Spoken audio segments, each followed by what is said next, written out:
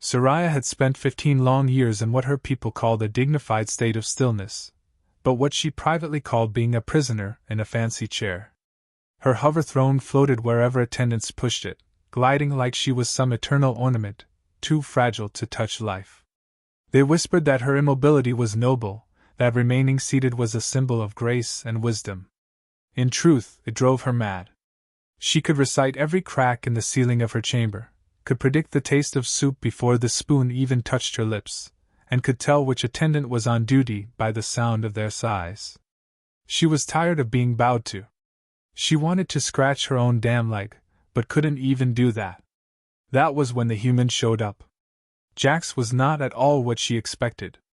Grease-stained shirt, cocky grin, the smell of oil and sweat clinging to him like perfume. Where her people treated her with reverence, he looked at her like she was simply a woman stuck in a bad situation. His introduction was unforgettable. He leaned close, winked and said, "I've got the tools to get you moving again." The words dripped with innuendo, and her face flushed purple with shock. For 15 years no one had dared joke with her, let alone say something that sounded like a proposition. She almost ordered him thrown out, but something in his casual smirk made her pause. Her people called him crude, undisciplined, and dangerous. She found him irritatingly alive. He didn't bow, didn't whisper praises of her patience, didn't call her blessed for sitting. Instead, he poked her lifeless legs and muttered, "Yeah, we can work with these.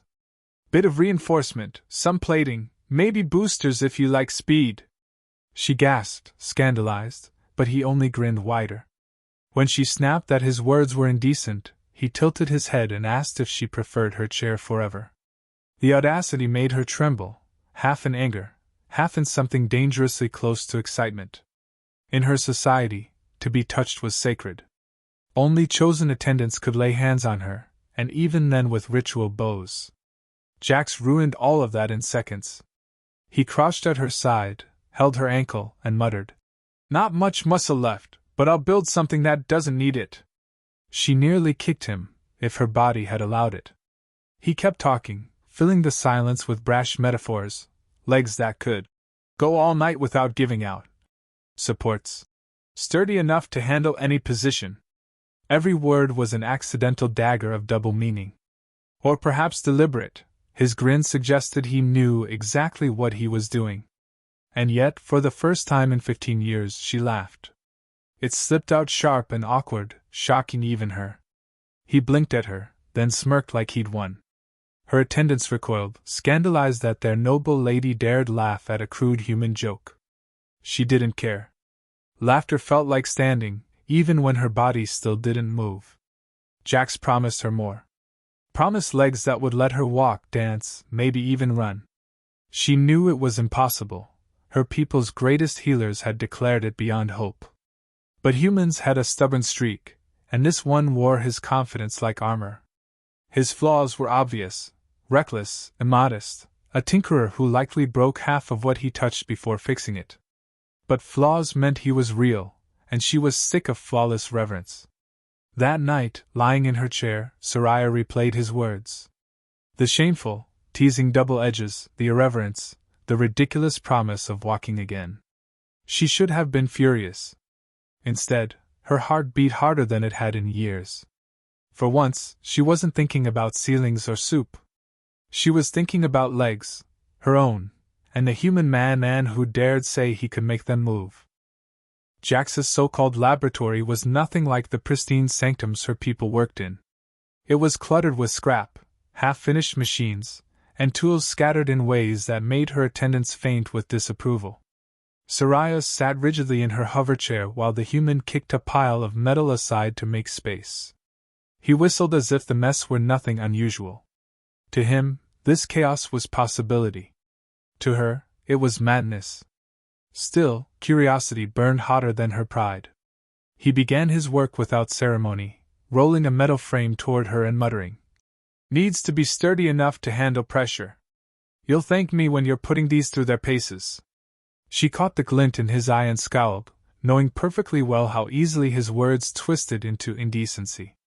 He measured her legs with a strip of tape, tugging and adjusting without hesitation. Every touch felt like both a violation and a liberation.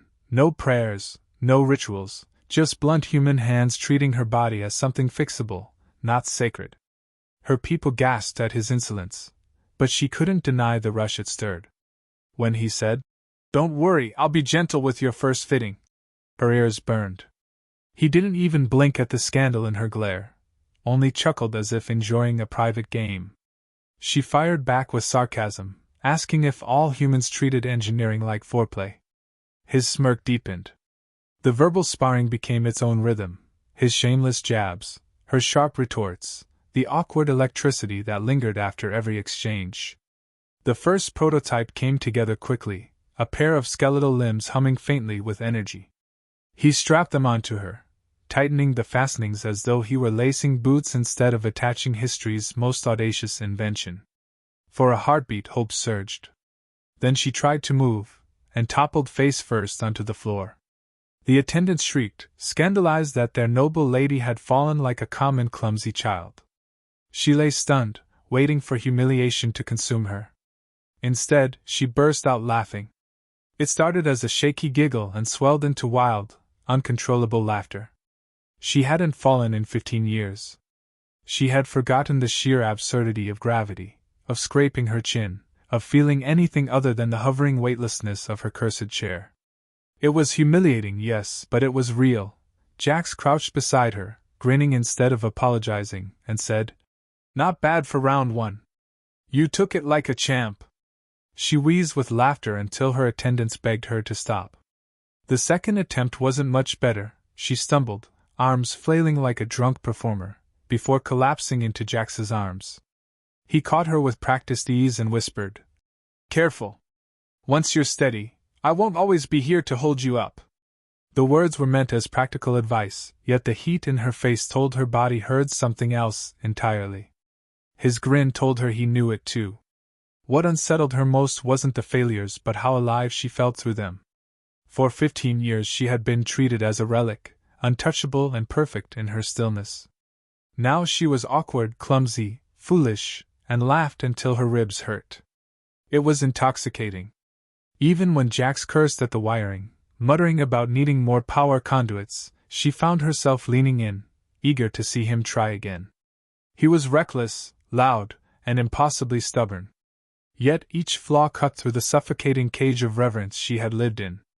By the end of the day she was exhausted, bruised, and sore in places she hadn't felt in years. Yet when Jax promised he would rebuild the legs stronger, smoother, faster, she surprised herself by grabbing his wrist and demanding he do it soon.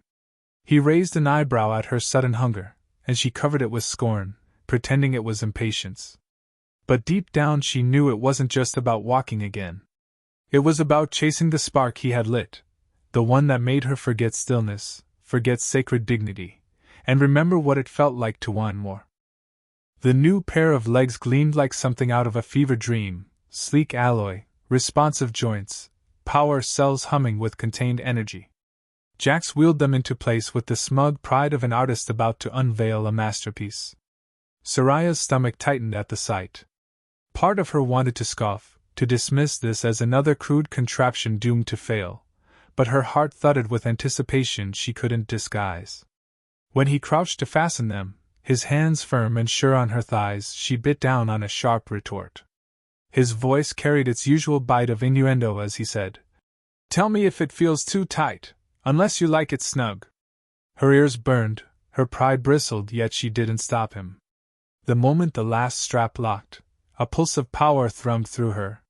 She stood, awkwardly, unsteadily, but unmistakably upright. Gasps rippled through the onlookers, her attendants clutching their faces as though witnessing blasphemy. Her knees buckled, her hips swayed, the balance foreign after years of stillness. Jack steadied her with a quick hand, smirking. "Easy there, first steps are always a little wobbly. You'll get your rhythm soon." The words, innocent on the surface, landed with heat in her chest, stirring thoughts she had buried for years. Her first steps were ungainly, clumsy, and utterly magnificent. Each stagger forward drew a chorus of scandalized gasps from her people and rowdy cheers from the humans who had gathered to watch. She felt like a child again, stumbling, reaching for balance, but every awkward shuffle was victory. Laughter bubbled up, uncontainable, as she found herself moving, actually moving, across the floor. Jax's grin widened. "Look at you, walking like you own the place. Not bad for someone who's been sitting 15 years. Then the boosters engaged by accident. A jolt of power surged and she shot forward like a comet, scattering attendants and knocking over market stalls in her path. She crashed through a vendor's stand, fruit exploding around her, before skidding to a stop against a pillar. Instead of shame, she threw back her head and laughed, wild and breathless. For years she had been told stillness was grace. Now chaos tasted like freedom. Rumors spread instantly. Aliens whispered that she hadn't just been given legs, but something far more scandalous. Legs built to keep pace with a human all night long. Instead of recoiling, she let the gossip linger. There was power in the way they looked at her now, not as a fragile statue, but as a woman reborn. Jax leaned against the wall, arms folded, soaking in his triumph. "Told you they'd keep up. You might even outrun me if you're not careful." She rolled her eyes, but the corner of her mouth betrayed her with the ghost of a smile. Beneath the humor and double meanings was something heavier, sharper. She had lived half her life being worshipped as untouchable, yet never once truly desired. Now, bruised, sweaty, and stumbling on mechanical legs, she felt more alive than she ever had in the sterile perfection of her old existence. Jax, with all his flaws and irreverence, had given her back the mess of being human, falling, laughing, desiring, failing, and standing again. The crowd eventually thinned, whispers lingering like sparks. Her attendants wrung their hands, begging her to stop, to return to the chair and preserve her dignity. She ignored them. When Jax asked, half joking, "So, ready to test the legs at higher speeds tonight?" she raised her chin, pretending outrage. But deep down, she didn't want to slap him. She wanted to see just how far those legs could really take her. The council chamber reeked of incense and authority, rows of solemn elders glaring down as though their disapproval could chain her back into silence. They demanded she surrender the legs, return to her sacred chair, and accept the dignity of stillness once more. Soraya's laugh cut through their speeches like a blade. For 15 years she had listened, nodded, endured. Now she rose, metallic steps ringing across the polished floor, each stomp a defiance. The murmurs swelled into outrage, but she relished every second of their discomfort. Jax lounged near the doorway, arms crossed, a lazy grin on his face, whispering commentary loud enough for her to hear. "Careful," he drawled. "She's still learning to handle those joints." Her people heard only blasphemy, but to her, it was the sweetest support she had ever known. The elders warned her she would disgrace her house, that movement robbed her of sanctity. She replied with sharp humor, telling them grace was wasted when pinned in a chair like a decorative vase. Their gasps echoed like thunder, but she no longer trembled beneath tradition. She strode forward, legs humming, each step a declaration. The chamber could not ignore the proof. She was walking, vibrant, alive. Jax muttered under his breath, "And looking damn fine doing it." She stifled the smirk that threatened to betray her. Whispers spread beyond the chamber faster than the elders could suppress. Other disabled nobles, long resigned to stillness, began asking questions. Workers approached Jax in secret, begging for enhancements. Even the healthy began to eye her legs with envy. What had begun as scandal was becoming a movement, a hunger no decree could quell. The unspoken truth echoed everywhere. Humans had done what alien pride could not. Of course, gossip twisted everything. Some whispered that the legs gave her unnatural endurance, that she could keep pace with the human for nights on end. Others swore she was secretly testing Jax's engineering in the most intimate ways possible.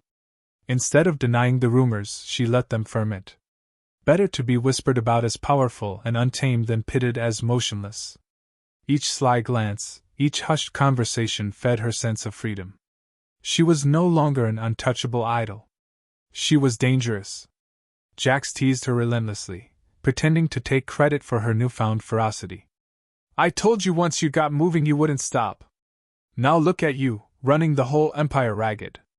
She answered with mock severity, warning him not to let his head swell bigger than the engines he built, but the warmth in her voice betrayed her gratitude.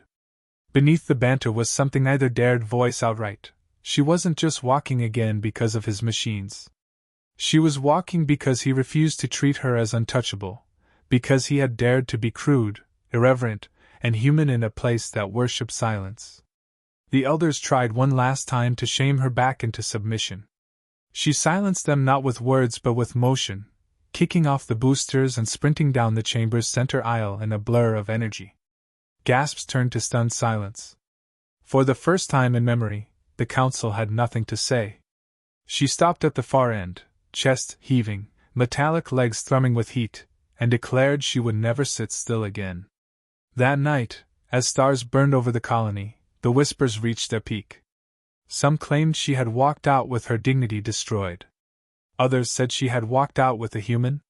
She didn't bother correcting them. In truth, both were partly right. The chair was gone, the stillness shattered, and by her side was the man who had dared to make her move. The world could say what it wanted. She was done being an ornament. She was alive, upright, and ready to run until every tradition collapsed behind her.